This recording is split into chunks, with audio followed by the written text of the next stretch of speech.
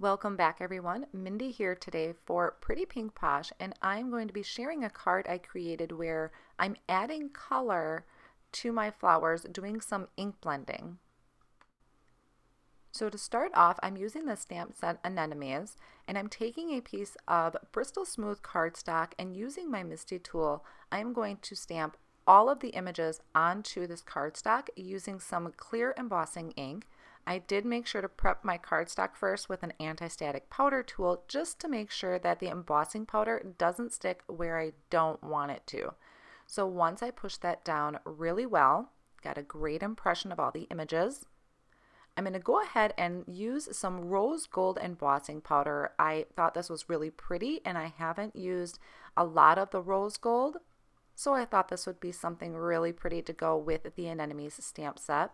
So I just sprinkled that all over my inked up images, tapping that off onto a spare piece of paper, and then I'll just come in and heat emboss that. And I did have my heat gun warming up off on the side so I could come right to my cardstock and heat emboss that, and that just helps prevent or limit the warping of the paper. Once that's done, I'm going to be using Distress Oxides to add color to my images.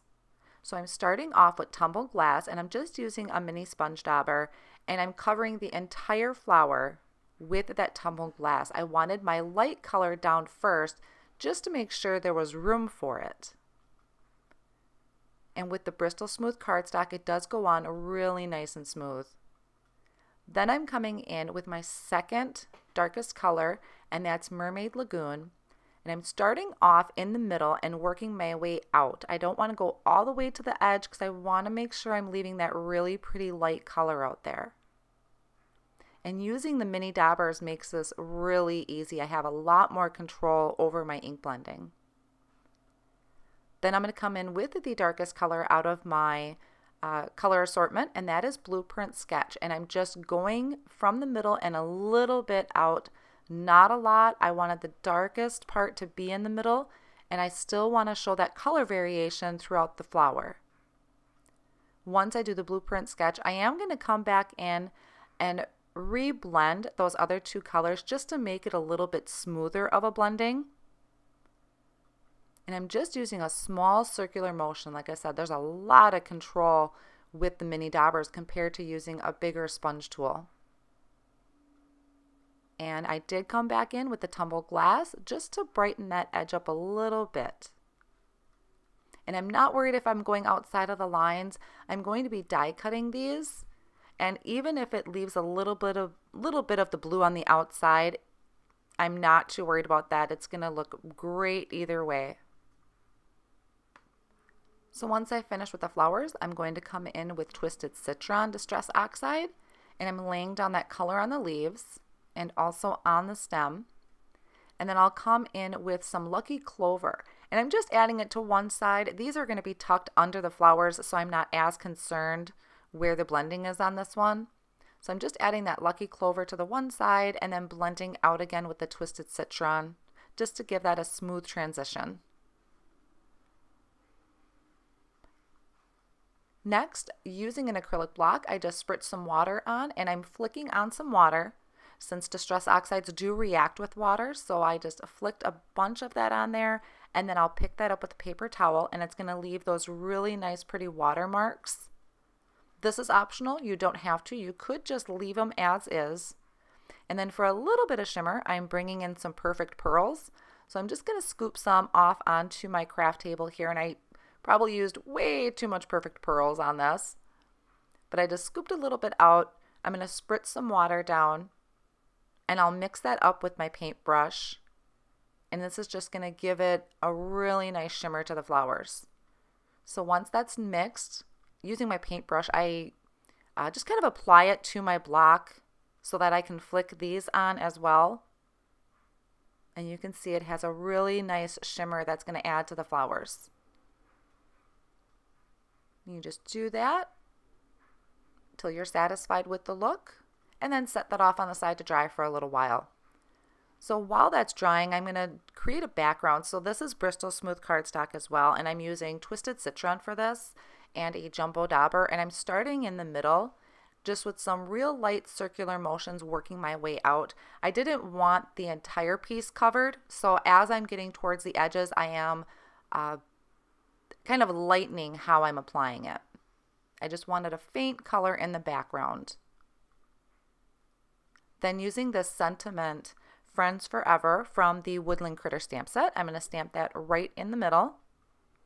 And this is just using some VersaFine Clair ink. So this is a really nice ink to apply when it's using Distress Oxides. You just gotta set that off on the side to dry for a little bit because it does stay wet a little longer. Now that my panel is dry with all of my flowers, I'm going to use the coordinating die set and hold those down with some post-it tape and die cut those out. These line up really well. I just kind of find a significant petal that sticks out more than the other, and that's how I line up my dies. And then I can run this through my Big Shot machine, and then I'll die cut those out, and it will leave just a little bit of a faint border to it. And then just removing these here, they die cut out perfectly. My post-it tape is not sticking to my card or my flower images, and these will be ready to add to my card. Now I have all the components ready to create my card, so just using that ink blended panel, which actually measures 4 by 5 1/4, I'm going to arrange my floral images on it. So this is completely however you want to do this, however you want to arrange your flowers. I already had an idea that I wanted them to be in the two corners of the card, so I'm just going to arrange those so they fit nicely around my sentiment in the middle. And then starting with the bottom pieces, I'm going to come in and start attaching them. And I am leaving some overhang. This is just a look of preference. Something I've been liking to do lately is leaving them hang off, and then I'll trim them when I'm done. So the two flowers that are going to be attached directly to the card, some of the leaves, and then the ones that are sitting in the foremost front, I'm actually going to add some foam tape to those to add a little bit of dimension.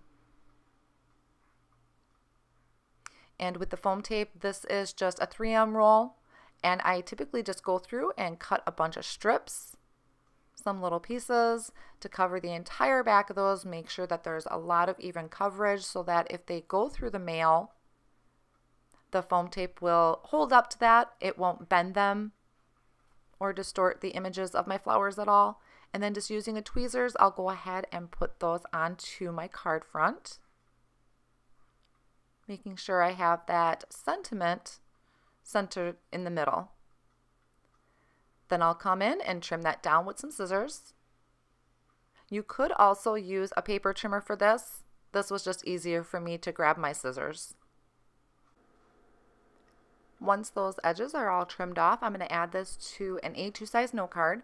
So I just have a panel here that I scored with my scoreboard, and I'm just taking a bone folder and I'm just giving this a really nice crease so that my cardstock lays really flat. That'll be easier for me to line up my front panel. So I'll have a nice white border around the edge, and then I can just go ahead and get this attached.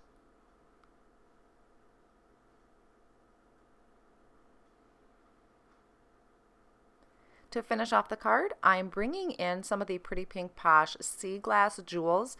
These match really well with the colors that I chose for the Distress Oxide inks. So you could think about some different colors to use with your flowers. I think this is a great technique to use when you want to add in images, but you don't want to dig out maybe your markers or colored pencils. I think this has a great effect to these flowers or any of the other flower stamp sets over at Pretty Pink Posh. So I'm just arranging the jewels where I want to place them before I commit to anything, and once I'm happy with the placement, I'm going to come in with the jewel picker and some liquid glue and attach those down. Once that's done, you'll be able to see all the beautiful shimmer that the perfect pearls add and the dimension that's added to the card. And this is something that actually goes together pretty quick. So you can see it's got that gorgeous shimmer to it. So I really hope you enjoyed today's video. If you did, I would really appreciate a big thumbs up. I love to hear your comments, so feel free to leave me a comment and subscribe to my channel if you haven't already done so. Thanks again for stopping by, and I'll see you next time.